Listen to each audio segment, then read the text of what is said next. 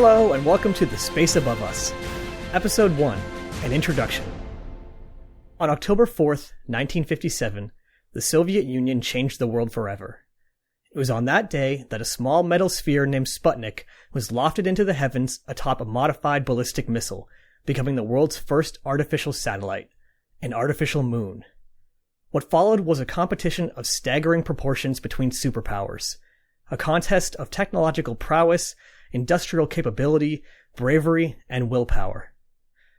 The space race was simultaneously a demonstration of the pinnacle of human ingenuity, a story of exploration as old as our species, and yet just one small step on the way to becoming a true spacefaring civilization. This podcast aims to tell part of that story. Hi, my name is JP Burke. I'm a software developer by day and spaceflight fanatic by, well, really all the time. This podcast, The Space Above Us, is an idea I've been toying with for a number of years, and I finally decided to go for it. I listen to a lot of history podcasts, and every once in a while I would find myself wishing that there was a podcast that covered spaceflight in a way similar to my favorite podcasts. After thinking this thought one too many times, I finally got to work reading, writing, and bothering my friends with questions about microphones. And now here we are. I should state right at the outset that I'm by no means an expert. I have no training in historical research, I don't always have time to read as in-depth as I'd prefer, and I'm sure to make mistakes. I should also say that I am not above using Wikipedia for a quick refresher on a topic or simple fact such as a launch date, though I will try to stick to primary and reputable secondary sources.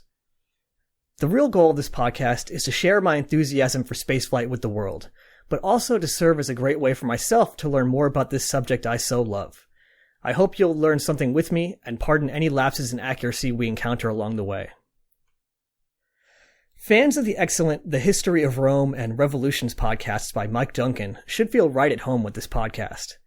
I've been listening to both podcasts for many years now, and I've listened to them both in their entirety several times. I enjoy Mike's comprehensive and lucid style. Start at the beginning and methodically work your way through to the end. No injected drama, no embellishments, but the odd dry joke now and again should be just fine.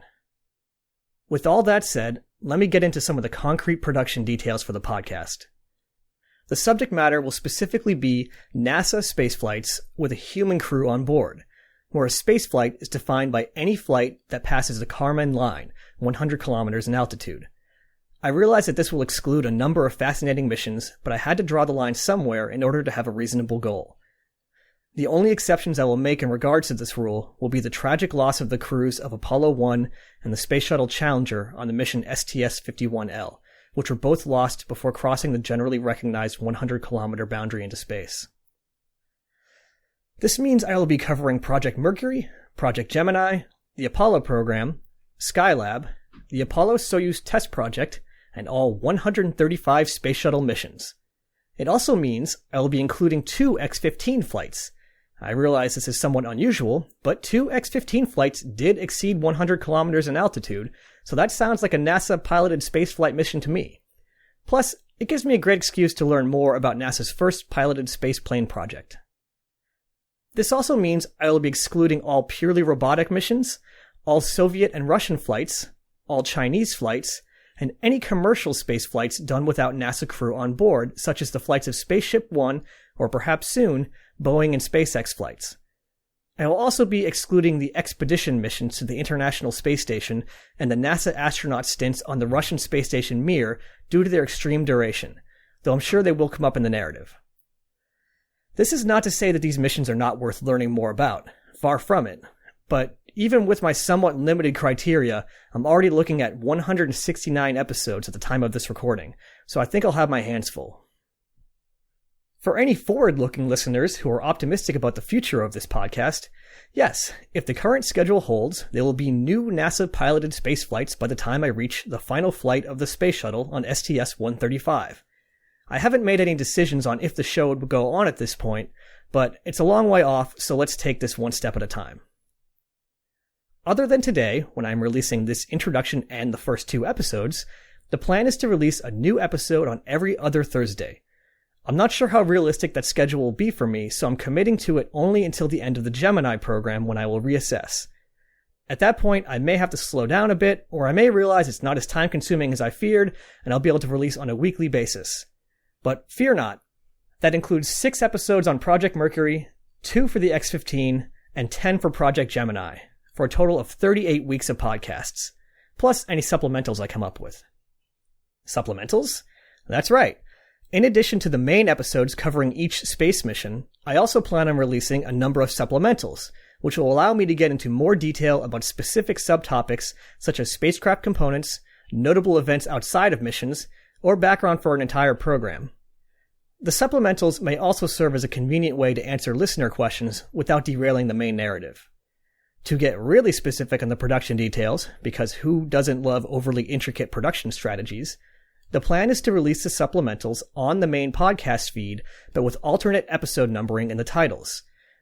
So while every other week you will see a new main episode, you may also see a supplemental episode that may or may not be directly related to that week's main episode. It could be additional detail on something in the main episode. It could be in response to a spaceflight event in modern times. It could be in response to a listener question. You get the idea.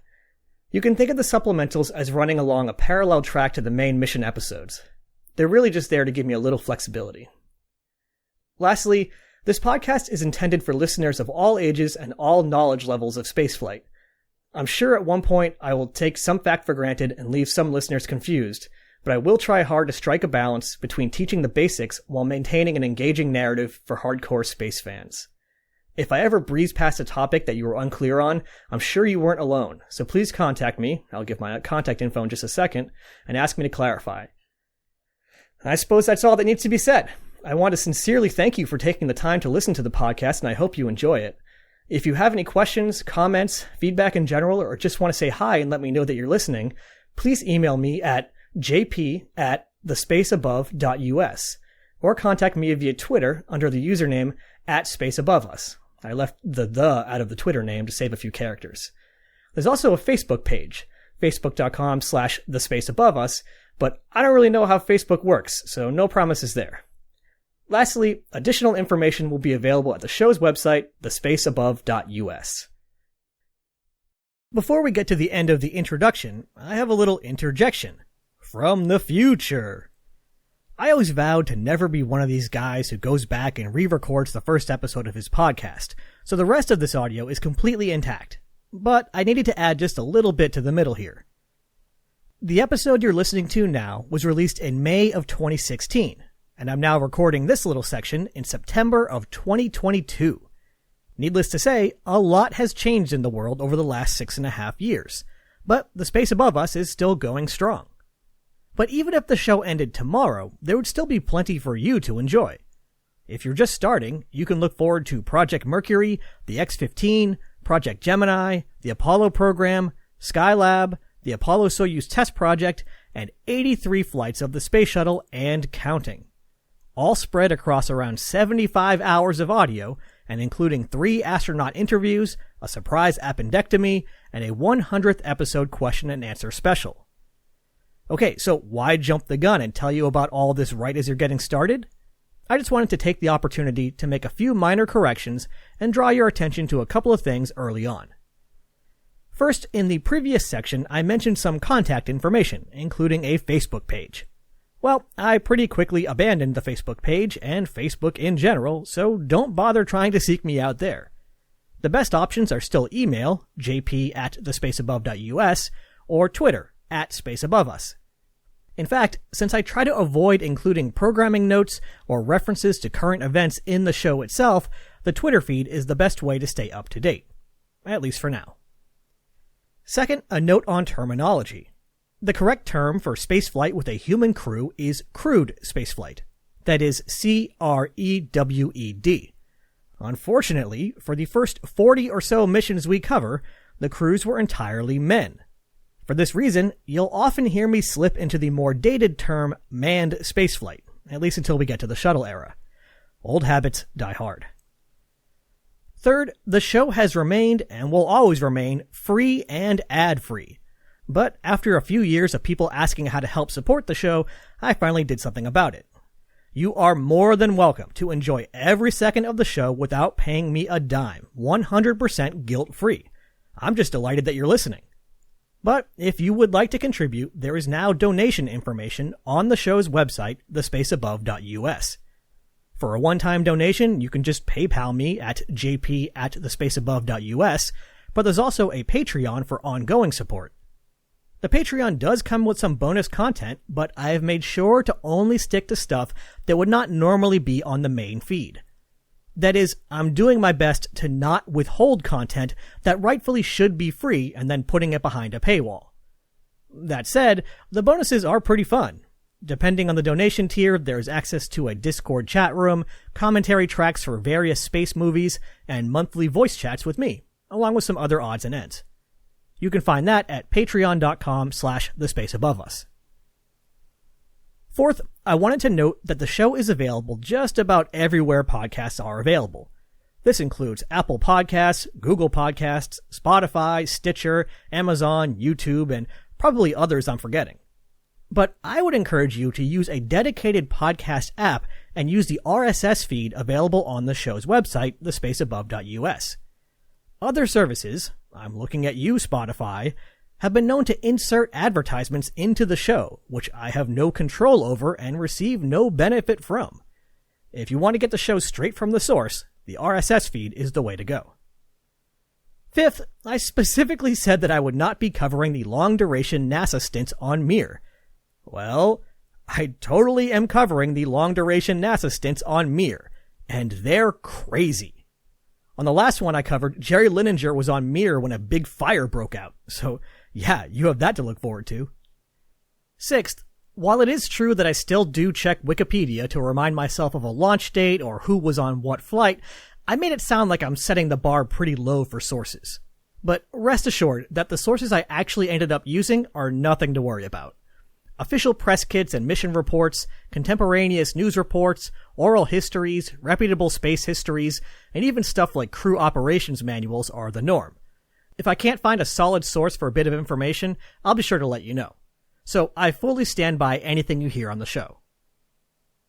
Seventh, when I wrote this intro, I was a software engineer working in New York City.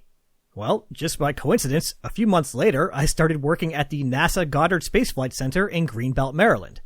So, while I'm still doing this as a personal project in an unofficial capacity, I do technically work for a NASA contractor now. These days, I'm working on the OSAM-1 mission. And lastly, I will just one more time recommend checking out the show's website, thespaceabove.us, since it includes some extra information. There is a recommended book list, as well as a list of sources and citations that comes with eye-watering detail. The sources list is almost always at least several months out of date, and I've been slowly working through cataloging the sources for the early episodes, but it's something. Okay, future me has talked long enough. I'm thrilled that you're taking the time to check out the show, and I really hope you enjoy it. Take it from here, 2016 me. Since there is no mission this week, and we're just getting started, I think I'll wrap this up with a bit of an extended quotation that helps convey why I feel so strongly about this subject in the first place. Carl Sagan said, "We had an expansive run in the 60s and 70s. You might have thought, as I did then, that our species would be on Mars before the century was over.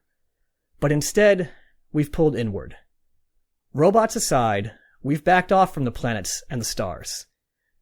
I keep asking myself, is it a failure of nerve or a sign of maturity? Maybe it's the most we could reasonably have expected. In a way, it's amazing it was possible at all.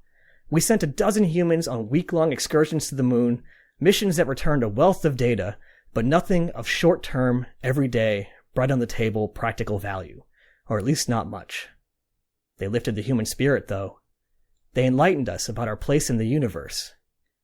A highly visible program affecting our view of ourselves might clarify the fragility of our planetary environment and the common peril and responsibility of all the nations and peoples of Earth. There's something more. Spaceflight speaks to something deep inside many of us, if not all. A scientific colleague tells me about a recent trip to the New Guinea highlands where she visited a Stone Age culture hardly contacted by Western civilization. They were ignorant of wristwatches, soft drinks, and frozen food, but they knew about Apollo 11. They knew that humans had walked on the moon. They knew the names of Armstrong and Aldrin and Collins. They wanted to know who was visiting the moon these days. Projects that are future-oriented, that despite their political difficulties can be completed only in some distant decade, are continuing reminders that there will be a future. Winning a foothold on other worlds whispers in our ears that we're more than Picts, or Serbs, or Tongans, or humans. In the meantime, people everywhere hunger to understand. The idea that we've now understood something never grasped by anybody who ever lived before, that exhilaration, especially intense for the scientists involved, but perceptible to nearly everybody, propagates through the society, bounces off walls, and comes back at us. It encourages us to address problems in other fields that have also never before been solved. It increases the general sense of optimism in the society.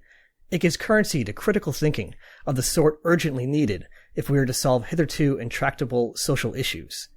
It helps stimulate a new generation of scientists.